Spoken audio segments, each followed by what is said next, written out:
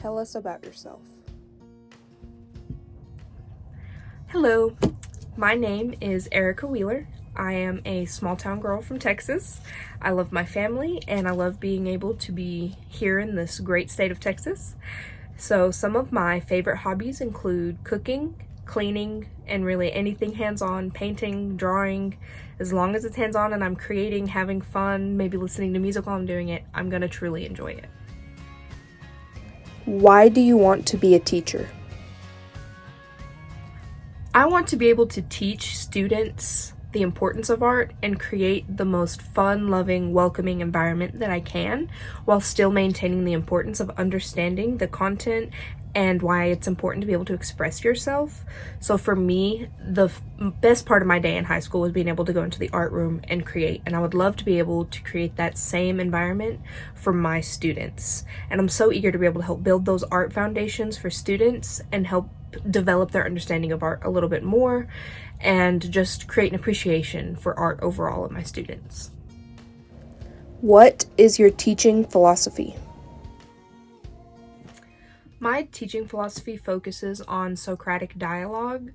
I am largely inspired by the idea of being able to talk to other people, and I believe my students also gain the greatest creativity, inspiration whenever they're able to talk to other students and have a teacher, which would be my job, to be able to facilitate that discussion a little bit and guide them in the right direction, pose questions to help them understand their thinking process a little better. One of the other people that I'm largely inspired by would have to be Ellen Gatestar and her work with Whole House in Chicago and helping bring the arts and crafts movement into that and creating an art appreciation foundation in her community there. I've always been largely inspired by her work, so being able to incorporate an arts appreciation in my classroom and create that discussion is really important in my philosophy. How do you build rapport with your students? One of the best ways to build a rapport with your students is finding that common ground connection and building on that. So, for example, during my observations, there was one student who I got to know fairly well because of a television show we both watched. So it was really awesome whenever I'd come in and observe and she would talk to me about the show. And then whenever we got to focus on her artwork a little bit and I'd give her feedback, she was so much more willing to listen to what I had to say, since we kind of had a friendship going on there a little bit, rather than if I was just some stranger who was like, hey, try this.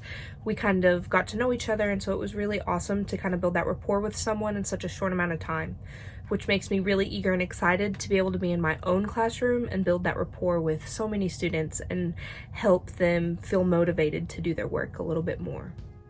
How do you motivate your students? Giving students more choice in their artwork helps motivate them a little more. So whenever you're introducing a new artwork idea, a new project, whatever it is, while they're sketching, encourage them to incorporate things like favorite music, think about the lyrics, what they mean, why it's important to them.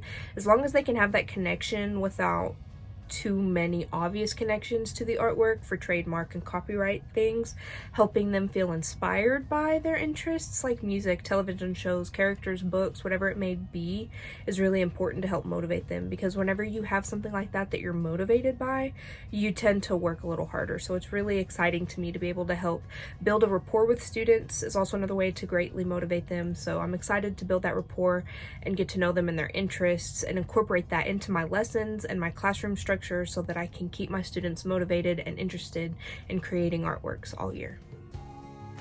What instructional techniques will you use frequently in lessons? 3 instructional techniques that I plan to use frequently in my lessons include double planning, beginning with the end, and creating a culture of error. So for example, creating a culture of error is really important in the art room so that students feel that confidence in creating their artwork and they're not afraid to be shut down by criticism. So it's also my job to help facilitate the conversation and critique so that students aren't harsh and cruel, so that we can have discussions about why things work, why things don't work, without students shutting down and feeling closed off. So that's really important to me, is creating that culture of error so that students feel comfortable presenting their work and that they can develop further as artists without shying away from creating art out of fear. Double planning allows me to be able to know what students should be doing and when, and it keeps me on track. It helps things run a little smoother. I think through my lessons more fully, and I'm more able to think about possible problem areas where students might struggle. Beginning with the end and artwork is truly important because students who don't see examples of what they're supposed to be creating aren't going to be able to create as quality of artwork as if they had seen examples. So beginning with the end and showing famous examples, previous student examples, my examples, maybe examples of where they got inspiration, how it inspired them, why it inspired them, will help students begin to think about things that they like, what inspires them, what are they supposed to be creating, how can some of their interests relate to that, what message do they want to convey. So one of the most important techniques that I can incorporate in my classroom would be beginning with the end to help create that creativity motivation. What behavioral techniques will you use in your classroom? Proximity, responding rather than reacting, as well as a strong understanding on expectations and consequences in my classroom are some of the main ways that I would work on behavioral management in my classroom. In my observations and substituting experience, proximity really works in adjusting smaller behaviors. So like if a student is just not paying attention, whatever they're doing, you can kind of come up, tap on the desk, whatever, just let them know you see their behavior and you need it to stop. Proximity works for smaller behaviors, so whenever things get a little more out of hand is whenever I would use respond rather than react. I would tell students, we're going to talk about this later, tomorrow, whatever. I want to think a little bit more about what I want to do about this rather than just reacting right now in the moment and saying something and having to follow through with a consequence or behavioral punishment that I don't really want to follow through with. So responding rather than reacting helps the student also have some time to think about their actions for a while and come to you a little bit more apologetic rather than being angry at the way you've reacted.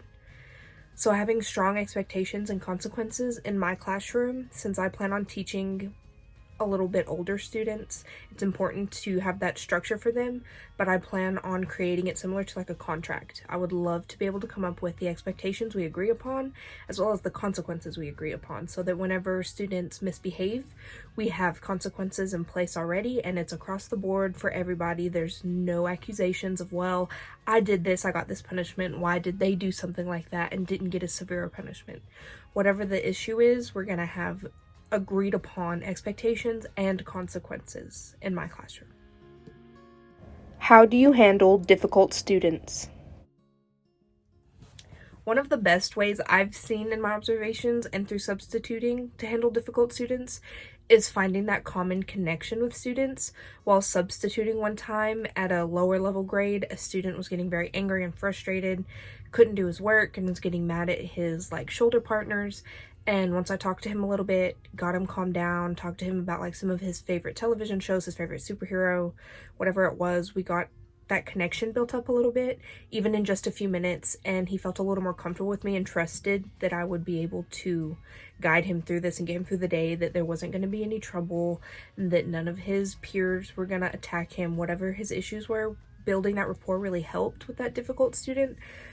But if building rapport doesn't work with difficult students, one of the next steps I would like to take is having a conversation with them in private, no other students around to hear it, where we can talk about their behavior, what's wrong with it, why it bothers me, how we can address the issue, what works for them, what works for me. And if that doesn't work, talking to administrators, principals, parents, whatever needs to happen. We're going to do all we can though first to address this issue between me and him, and build that rapport up is mainly the first thing I would do to help with difficult students. What are 2 technology resources you will use in your classroom? The Google Arts and Culture app is a wonderful technology resource for art teachers to have. It's super easy to access on smartphones. Most students have smartphones, but depending on my district, if we have access to tablets, iPads, computers, whatever it may be, I would love to be able to use those resources so that students aren't tempted to be distracted by texting social media, anything like that. But the Arts and Culture app is wonderful because you can tour museums with a ground view, zoom in, look around, see how colorful the exhibits are. You can look outside the museums. You can also, with many of the exhibits, look up artworks themselves, pull them up, zoom in, look around, look at textures. For example, there's Vincent van Gogh pieces you can pull up, zoom in, and look at and see particles of sand in the paint where he was painting on plein air, where he was at the beach painting, which is a wonderful resource to help incorporate that art history a little bit more into the artwork and the art classroom lessons so that they can understand the culture a little bit better about art movements, why they happened, what they mean, things like that. Another resource I would love to have in my classrooms given the opportunity would be Adobe Photoshop and or Procreate. Adobe Photoshop would be wonderful for students who are more interested in graphic design, and being able to explore Illustrator or Photoshop would be awesome also in helping students be able to plan out and prepare for artworks. So maybe for more advanced classes, that would be a lesson in the planning stages of an artwork, using technology to help plan your artwork out a little more thoroughly. So those are a couple technology resources that I would love to incorporate into my classroom. What are your strengths and weaknesses? One of my strengths as a teacher would have to be communication. I work incredibly hard at ensuring there's not as many miscommunications between me and students. So for example, in art, things can be easily miscommunicated because there's so many different interpretations.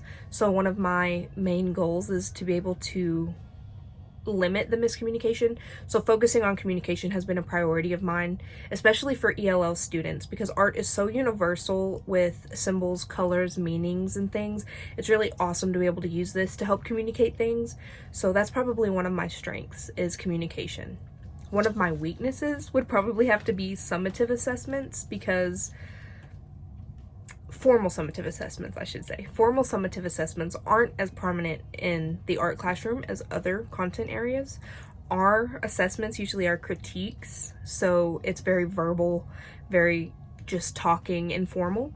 So implementing summative assessments that are formal in the art room would help with the art history context a little bit, maybe helping them understanding at the beginning levels of the art classroom how to do critiques, how to understand what it means when a element of art doesn't work in a piece. Things like that are ways that I can work on building this skill a little bit of creating formal summative assessments, because that's one of my weaknesses since it's just fairly infrequent in the art classroom. Thanks for watching my video. I hope I answered some of your questions. I talked about a little bit about myself, some of my instructional techniques, behavioral techniques, and things I'd like to include in my classroom. So I really hope you enjoyed this video. I will leave my contact information below. Feel free to email me, call me, whatever you need to do. Thanks again.